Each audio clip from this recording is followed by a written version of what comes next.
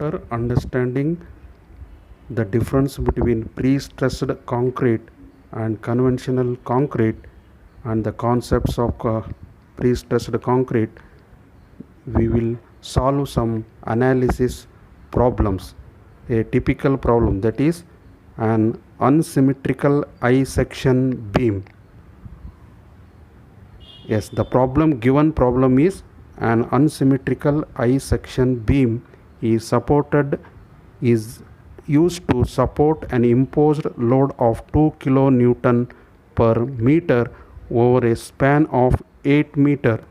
The sectional details are top flange 300 mm wide and 60 mm thick, bottom flange 100 mm wide and 60 mm thick. Thickness of the web is equal to 80 mm. Overall depth of beam is equal to 400 mm at the center of the span.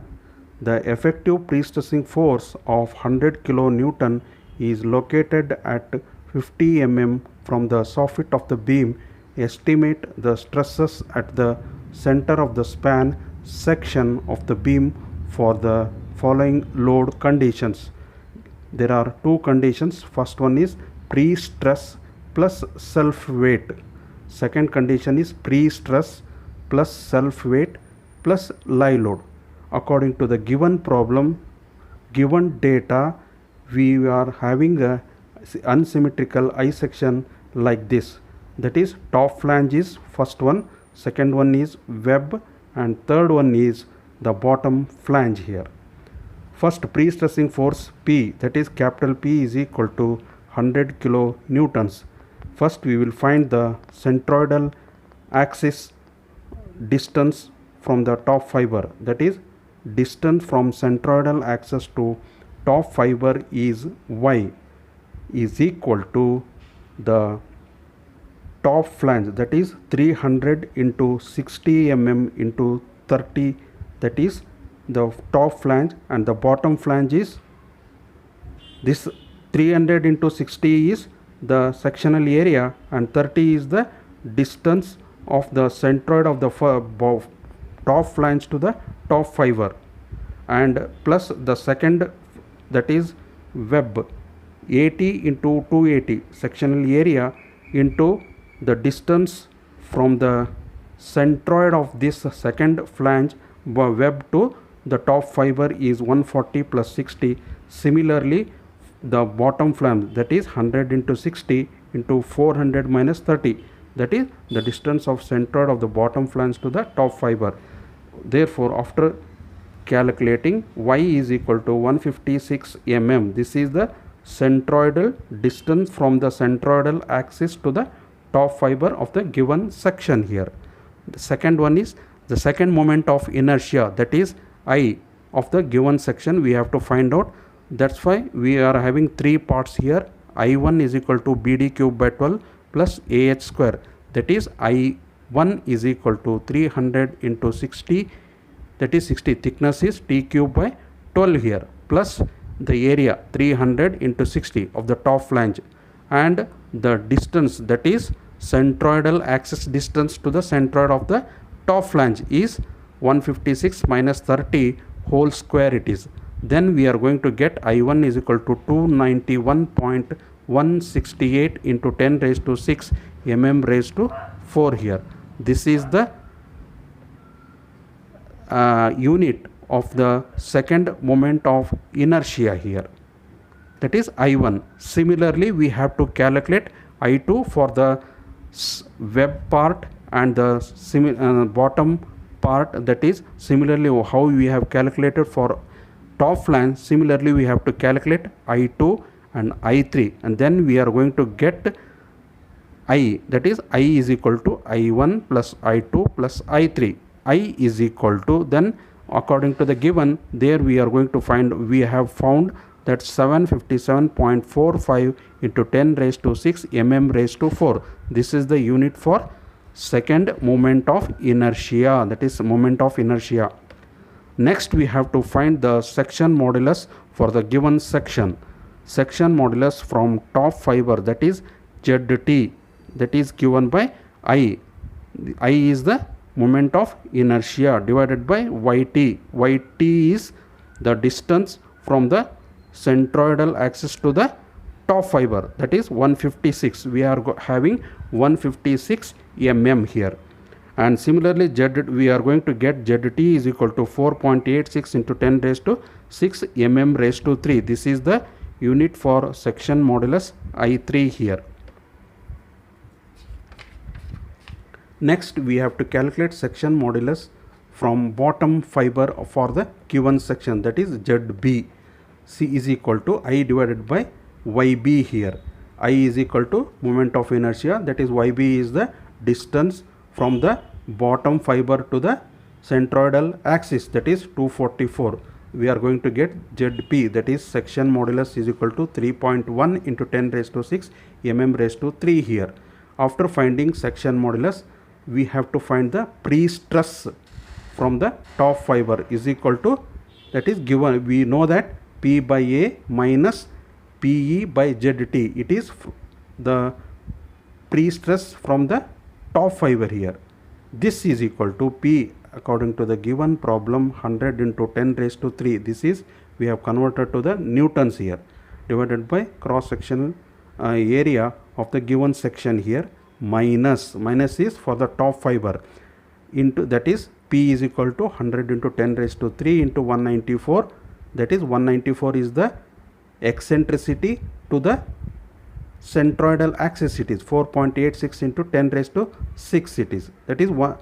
We are going to get the pre-stress from the top fiber is equal to minus 1.83 Newton per mm square. Therefore, after finding the pre-stress from the top fiber, next we have to find the pre-stress from the bottom fiber is equal to P by A. Here we are having positive, that is PE divided by ZB here, and P is equal to this one, and then A is the cross section of the given section, and this P and E is the eccentricity here, eccentricity of the cable, that is 194. After calculating, we are going to get 8.41 Newton per mm square. After calculating pre-stress from the top and bottom fiber, then we have to find out the stress due to self weight, that is this is equal to WL square by 8. It is UDL load. The self weight of the given section is UDL, WL square by 8 it is. This is equal to W is, that is 100 into 10 raised to 3 into L is 8 square divided by 8. We are going to get W is equal to 1.1136 Newtons it is. Next, moment due to self weight is equal to WL square by 8. It is self weight, that is moment we have to calculate. Moment is equal to 8.9 kilonewton meter it is. The unit is for the moment is kilonewton meter. Moment due to live load is equal to, that is for the live load, WL square by 8, and we have to find out the moment due to for the live load. MQ is equal to 2 into 8 square divided by 8 here. Here also 8 is L is equal to 8. Therefore, moment to live load is equal to 16 kilonewton meter. Units is very important. We have to write the units here. Stress due to self weight, that is equal to from top fiber, stress due to self weight at top fiber is equal to MQ divided by ZT. This is moment due to self weight, and ZT is the section modulus from the top fiber here. This is the, after calculating, we are going to get 1.83 Newton per mm square. Next, stress due to self weight at bottom fiber. Similarly, what we have calculated for the top fiber, similarly for the bottom fiber we have to calculate MQ divided by ZB here, section modulus from bottom fiber for the given section, and we are going to get minus 2.87 Newton per mm square here. Stress due to live load at top fiber, that is MG here divided by ZT here. and mg is 16 point, that is for the live load here, moment due to live load 16 into 10 raised to minus 6 divided by 4.86 into 10 raised to 6 here. This after calculating we are going to get 3.28 Newton per mm square. This is stress, that's why Newton per mm square. Stress due to live load at bottom fiber, mq divided by zb here, m here due to stress due to live load, this is equal to 16 into 10 raised to 6 divided by 3.1, that is section modulus for bottom fiber, 3.1 into 10 raised to 6. After calculating we are going to get minus 5.16 Newton per mm square. After calculating the stresses, then we have to, according to the given condition, we have to calculate pre-stress plus self-weight. Pre-stress from top fiber, stress due to self weight at top fiber, that is as we have already calculated, it is, that is pre-stress from top fiber is equal to minus 1.83 and plus 1.83. therefore we are going to get zero stress at the top fiber. From the top fiber it is zero stress when we calculate according to the condition, that is pre-stress plus self weight.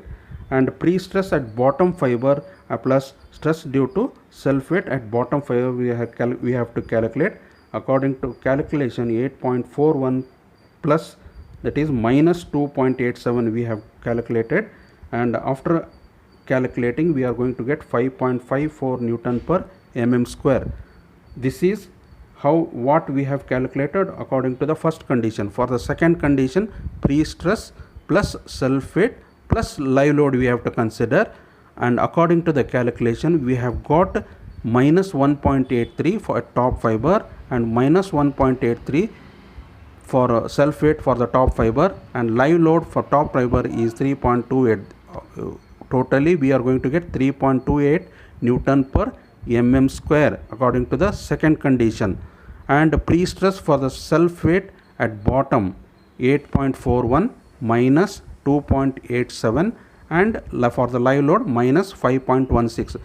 Total we are going to get 0.38 Newton per mm square for the bottom.